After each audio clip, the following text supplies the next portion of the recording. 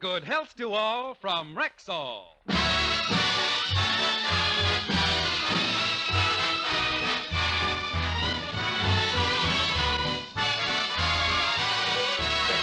Yes, it's Sunday, time for the Phil Harris Alice Faye Show, presented by the makers of Rexall drug products and your Rexall family druggist. Good evening. This is your Rexall family druggist, taking a little time from behind the prescription counter this Sunday evening to speak for all 10,000 of us. The 10,000 independent druggists who have added the word Rexall to our own store names. You can always tell us by the orange and blue Rexall sign in our windows. The sign means that we carry the 2,000 or more drug products made by the Rexall Drug Company. They range all the way from aspirin to penicillin, and they're as fine and pure and dependable as science can make them. We druggists recommend them to our customers because we know you can depend on any drug product that bears the name Rexall. Good health to all from Rexall.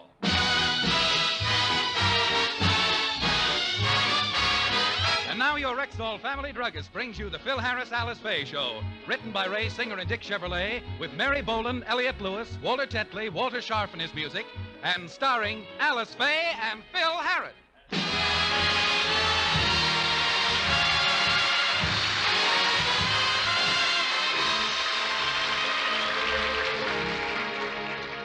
Today, as we look in on the Harris home, Alice is reading, William is telling the children a story, and Phil has just finished talking on the telephone. Who was that on the phone, Phil? Oh, it was Frankie. He's coming over to see us about something. He wants us to do him a favor. Frankie wants another favor from us? Uh-oh. Come on, Alice. Let's hide our piggy bank. I'll hide my money purse. I'll hide my annuities. And I'll hide the silverware so he can't... Oh, stop it. What's the matter with you guys? What makes you think he's coming over to borrow money? Well, Philip, he's borrowed from all of us. I've kept track of every penny he owes us, and so far it amounts to $803.22. Well, he put the bite on me for 500 of that. And he got to me for 300. He tapped Phyllis and me for a quick $3.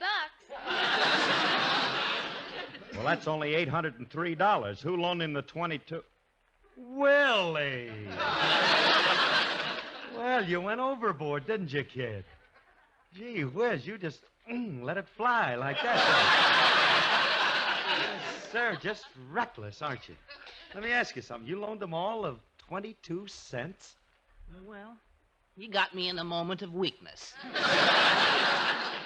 afraid I'll never see my 22 cents again. Why don't you hire Jerry Giesler and sue him? Don't be ridiculous. You don't hire a lawyer for a comparatively small sum like that. Besides, my collection agency is taking care of it. I didn't know Frankie had borrowed money from the children. Why did you girls lend him $3? We couldn't turn him down, Mommy. He told us it was for a very worthy cause. What worthy cause? His grandfather needed a major operation. A major operation for $3? Did Uncle Frankie tell you what they operated on his grandfather for? They removed a brass rail that was pressing against the bottom of his foot.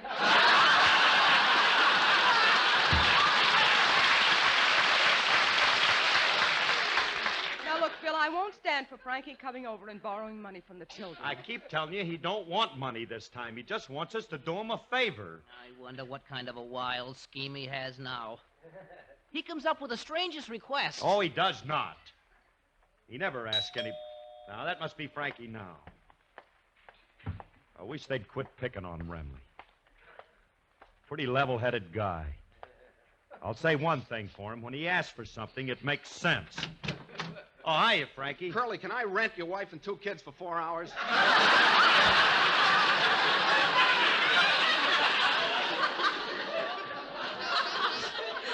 Can you rent my wife and... He must be on one of them send gags. Oh, look, Curly, I'm in a spot and I gotta have a family quick. If you just lend me Alice and the kids, I'll pay you well. Frankie. Franklin. What's the matter? What a horrible request. You want me to rent Alice and my children for money? You don't go around selling members of your family. It's unheard of, and I... Say, would you be interested in Willie at a bargain rate? Curly, please, all I want is Alice and the children. Now, do I get them or don't I? Answer yes or no. Remley, before I answer that, I'd like to ask one question. Go ahead. Why do you want to borrow my wife and children? Well, you got a lot of nerve prying into my affair. You're not going to tell me? Then I won't even listen to it. All right, I'll tell you. My Aunt Harriet is flying in from Honolulu today, and I got to make an impression on her, or I'll never inherit all that dough she's got. Wait a minute now. Ain't that the aunt who disowned you when she found out you were a musician? She thought you were wild and irresistible? Or responsible? That's the one. But a friend of mine who didn't want to see me lose the inheritance wrote to her and told her that I'd settled down, changed jobs, got married, and had a few children. Remley, your friend never should have written a pack of lies like that just so you could inherit the money. That's a terrible thing to do. I know. I hated myself after I wrote that letter. Now, Curly, can I have Alice and the kids as my family? Auntie's just stopping over for 4 hours. I won't lend my family for any unhanded thing like that. But, Curly, I'm not doing this entirely for myself. You see, Aunt Harriet said if she didn't leave her money to me, she'd leave it all to help bring back Prohibition. Remley, I'm not lending Alice and the children to... Will 4 hours be long enough?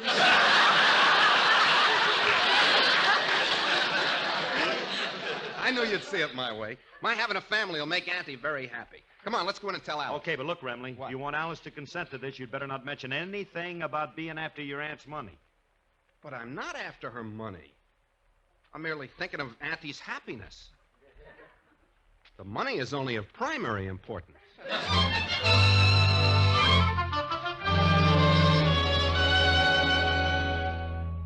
So you see, Alice, that's why I told Aunt Harriet I had a wife and children. It's been her dream to see me happily married. Will you and the kids do it for her sake? You want to make an old lady happy, don't you, honey? Fellas, you're putting me in a spot. I don't think Frankie should have deluded his aunt like that, but, well, as long as he did, I'll do what I can to help. Thanks, Alice. Now, look, you better brief the kids. We haven't got too much time. Auntie's plane is due in a couple of hours. Well, do we have to go to the airport to meet her? No, she said she'd come directly to the house. After I told her about my sumptuous home, she's anxious to see it. Your sumptuous home? That room you live in is so small it only has 2 walls.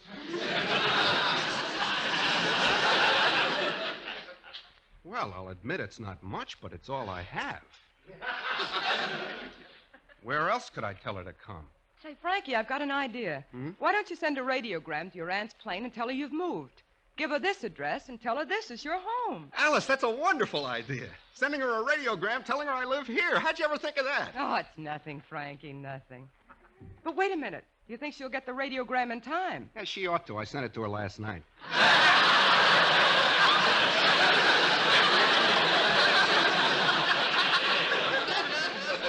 You certainly think of everything, don't you, kid? Yeah.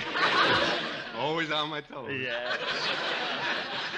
No, I still don't think I should do this, but as long as I promised, I'd better go tell the children I have a new husband. Yeah, you won't regret this, Alice. I'll make a very good husband.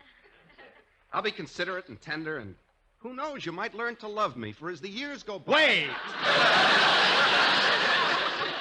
What years? Listen, this is a 4-hour time limit on this loan out with no options.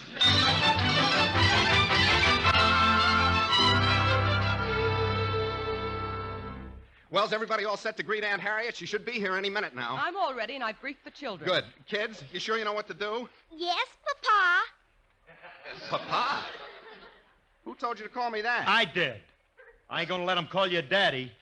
Oh, Curly, you're still here, huh? Might be hard to explain you to Auntie. Maybe you better run along. Get a room at the Y or something. I'm staying right here. But, Curly, if Aunt Harriet asks who you are, what am I going to tell her? We could tell her he's my father.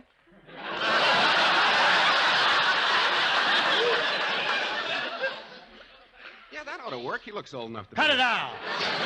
Now, just tell her I'm your friend. Tell her we play in the same band together. Curly, I told you she hates musicians. She thinks I have a little business of my own. Business? What business did you tell her you were in?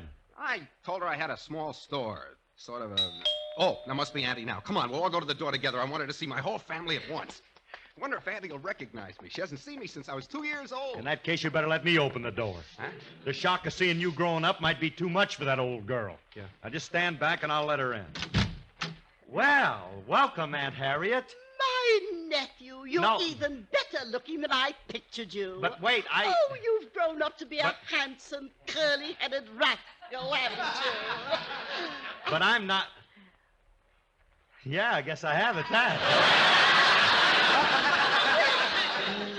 Now, aren't you going to kiss your auntie, Curly? Now, wait a minute, lady. Look, I'm trying to tell you that I'm not your nephew. Well, if you're not my nephew, who is? I am. Oh.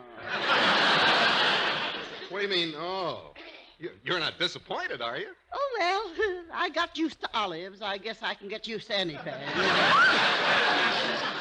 So you're my nephew, little Francis. Francis. Francis. Well, bless your little heart, Francie. Gee, Aunt Harriet, why'd you have to tell him that? So his name is Francis, huh? Yes, Francis Waldo Remley.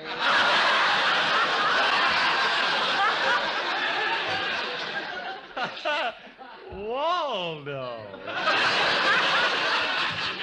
This gets worse as it goes along. Francis Waldo Remley. That sounds almost as bad as Spangler Arlington Brew. Francis, you're being rude. You haven't introduced me to your wife. Oh, I'm sorry. Aunt Harriet, this is my wife, Alice.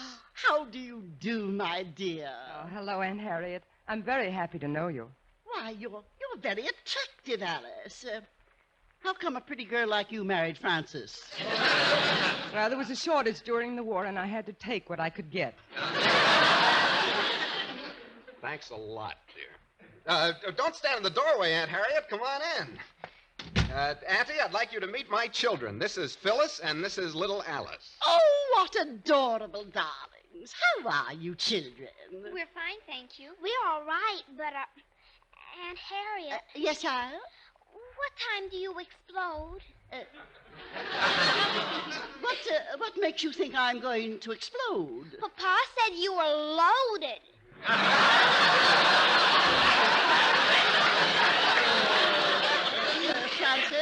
Francis, what does that mean? The children got it wrong. You know how kids are. They got the word mixed up. Oh. I didn't say loaded. I said bloated. Yeah. No, corroded. No. Have one more go at it, Waldo. Girls, you'd better run upstairs and take your nap now. Okay, Mommy. Goodbye, Aunt Harriet. Goodbye, you little darlings. Oh, they're adorable, Francis. Take after me. By the way, Francis, you haven't introduced me to this charming young man. This is a friend of mine, Phil Harris.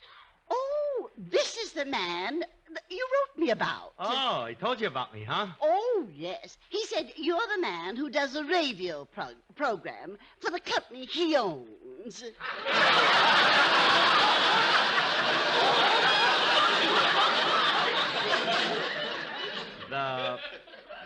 The company he owns.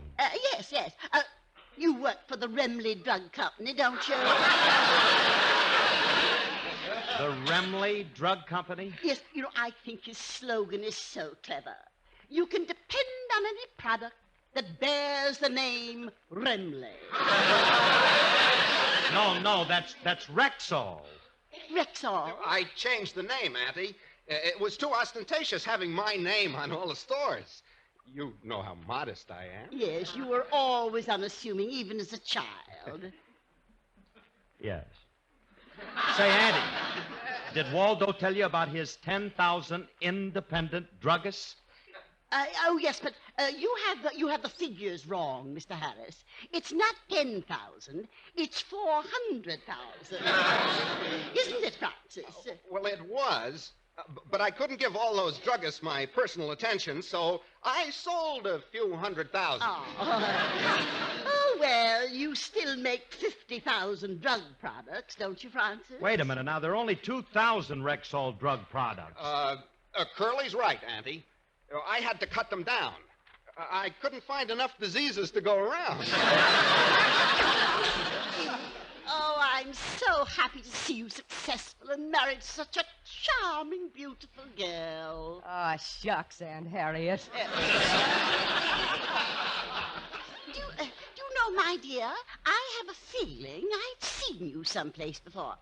Have you ever been in the movies? Well, I was in pictures. Oh, I she was played in a that- couple of mob scenes.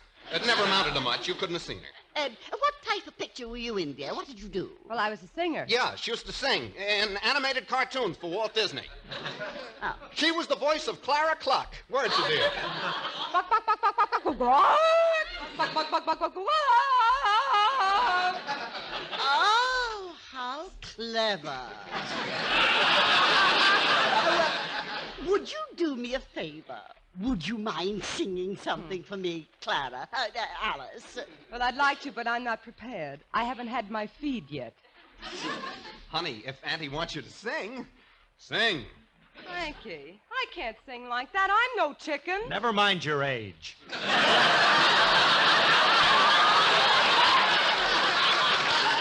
Now, look, you go ahead and sing for Auntie like a good little Plymouth Rock. Oh, all right. One of these days, you fellas are going to get me Irish up and bring out the Clancy in me.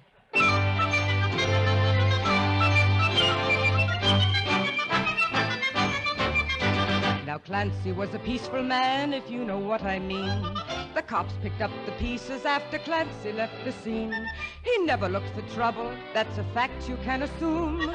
But nevertheless, when trouble would press, Clancy lowered the boom. Oh, that Clancy, oh, that Clancy.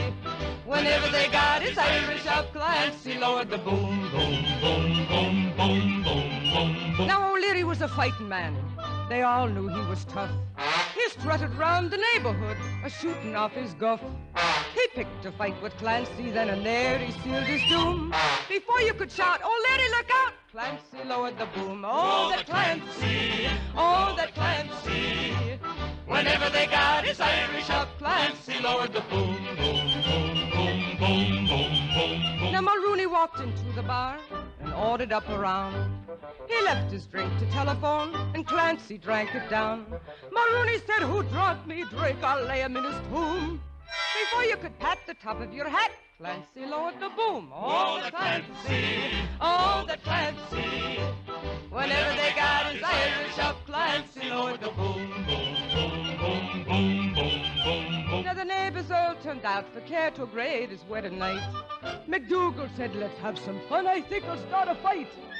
He wrecked the hall and kissed the bride and pulverized the groom. Then quick as a wink, before you could think, Clancy lowered the boom. Oh, that Clancy, oh, that Clancy. Whenever they got his Irish up, Clancy lowered the boom, boom, boom, boom, boom, boom, boom, boom. Clancy lowered the boom in the back of the hand.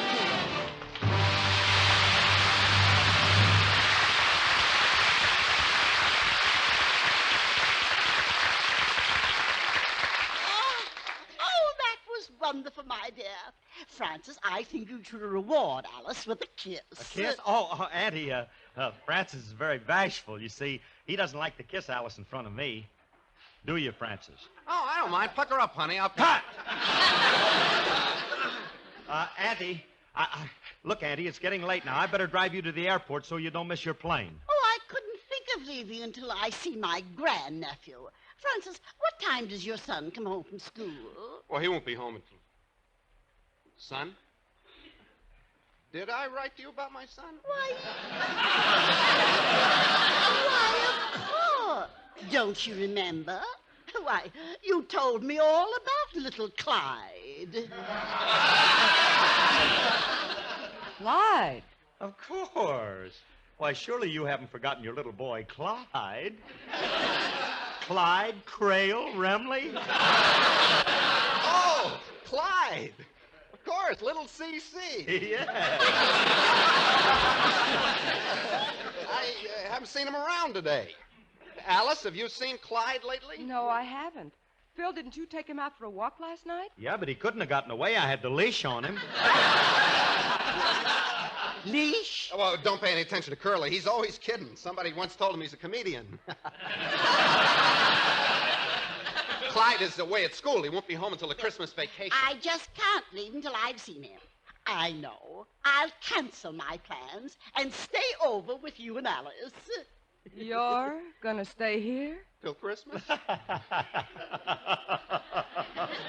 Oh, Reverly, you're really stuck. That old lady's going to stay with you and Alice. She can't do that. Now, wait a minute, Andy. You've just got to leave here now. Please, Sorry, Mr. Harris. I am determined to see my grandnephew.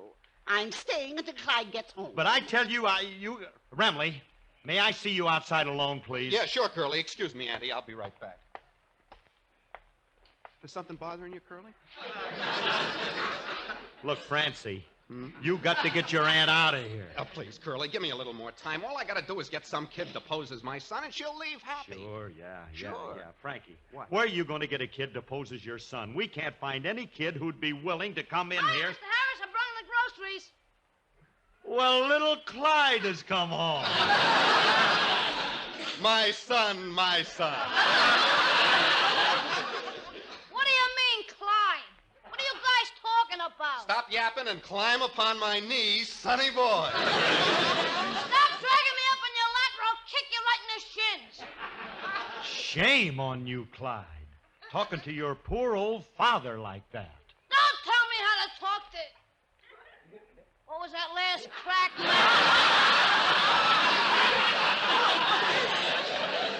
No, Julius, I have news for you. I'm going to become your father. Oh, Mother, how could you do this to me?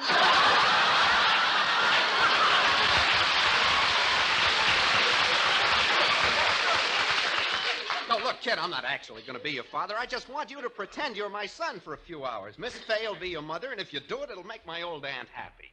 Let me get this straight. Miss Faye's going to be my mother, you're going to be my father, and your old aunt's going to be happy? That's right. Will you do it, kid? What do you say? Hit the road! Julius, let me put it this way. Would you be my little boy for, say, $10? For $10, I'd be sparkle plenty. When do I stop? Right now. Here's your $10. I'll go tell Auntie that I called the school and they're letting you come home. Curly, I'll warn Alice. You tell Julius what to do. Okay. Now, look, Julius. I got to make sure we get rid of Aunt Harriet, and you're the one that can do it. Now, listen to me, kid. If I were to slip you another $10, could you be nasty to Auntie? It's possible. Of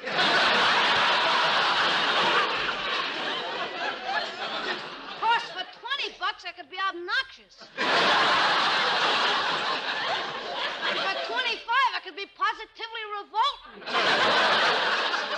Here's 30. Just be your natural self. Now, listen closely, kid. Here's the setup. You're supposed to be 9 years old, and you've been away to school. And when you come in, I want you to...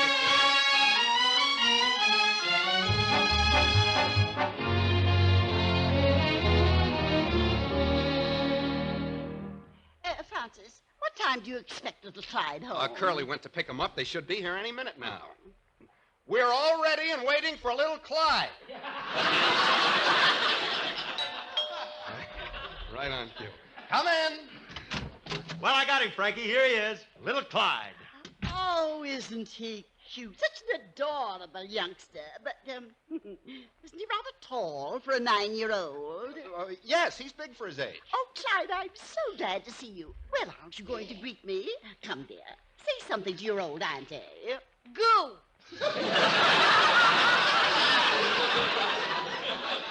He's 9, and all he says is goo.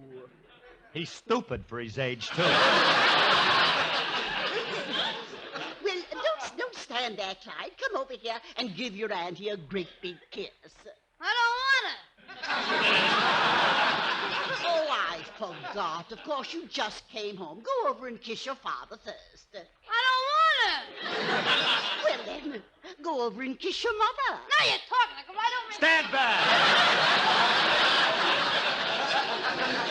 Take one step and I'll break your little leg. Yes. Mr. Harris, don't you dare talk that sweet little child that way. Come here, Clyde. Sit on my lap. Up. See Daisy. Up. See Daisy. Stop bouncing me on those bony knees.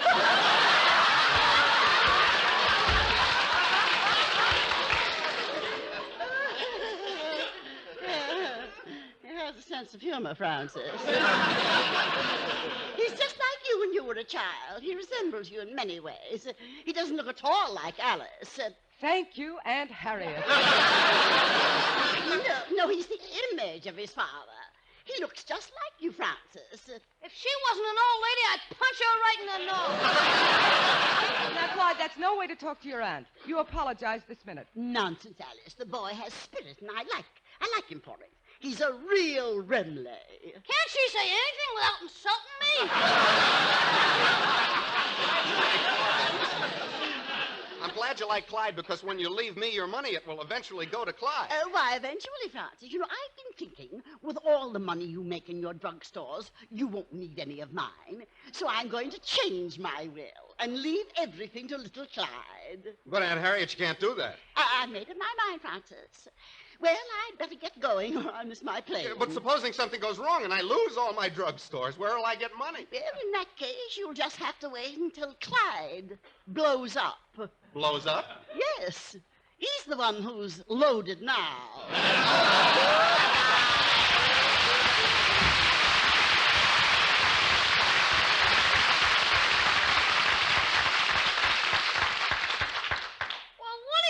She's leaving all her dough to me. Now, look here, Julius. Temper, Waldo. Listen, Julius, you little so-and-so, I'll break every bone... Don't you dare touch my wealthy little body.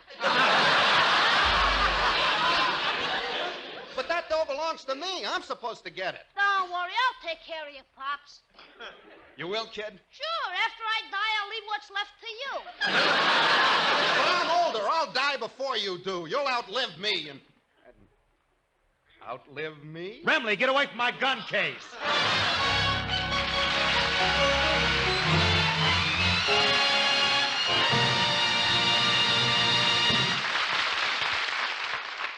Alice and Phil will be back in just a moment. Meanwhile, here's an important question a lot of people are asking.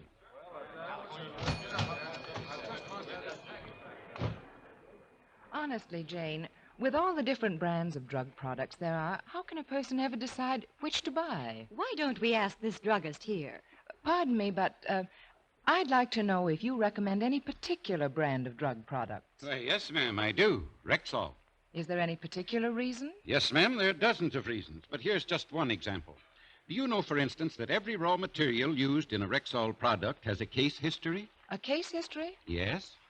A complete record that tells what it is, where it's from, who made it, and, most important of all, the results of all the different chemical analyses made by Rexall scientists.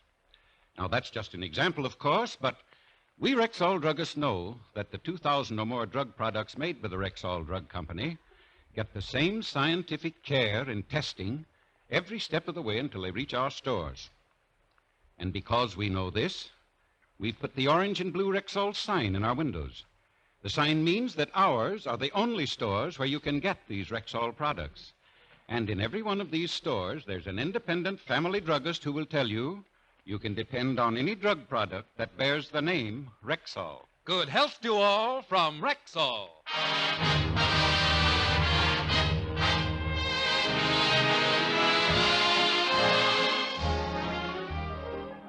Folks, this is Phil Harris again. Tonight I'm leaving on the Lark for Eugene, Oregon to be master of ceremonies at a banquet in honor of Coach Jim Aiken and that great University of Oregon football team. The entire West is proud of them, and it'll be a big thrill to give them a real send-off for their New Year's Day date at the Cotton Bowl with SMU. Also, congratulations to the University of California at Berkeley and Northwestern. Phil, don't you ever get anything right? Look, I don't want to brag, sister, but last week I was the first one in the country to congratulate USC. Good night, everybody. This is Bill Foreman wishing good health to all from Rexall. Sunday is Fun Day on NBC. Stay tuned to this station for the Edgar Bergen, Charlie McCarthy Show, which follows immediately. This is NBC, the national broadcasting company.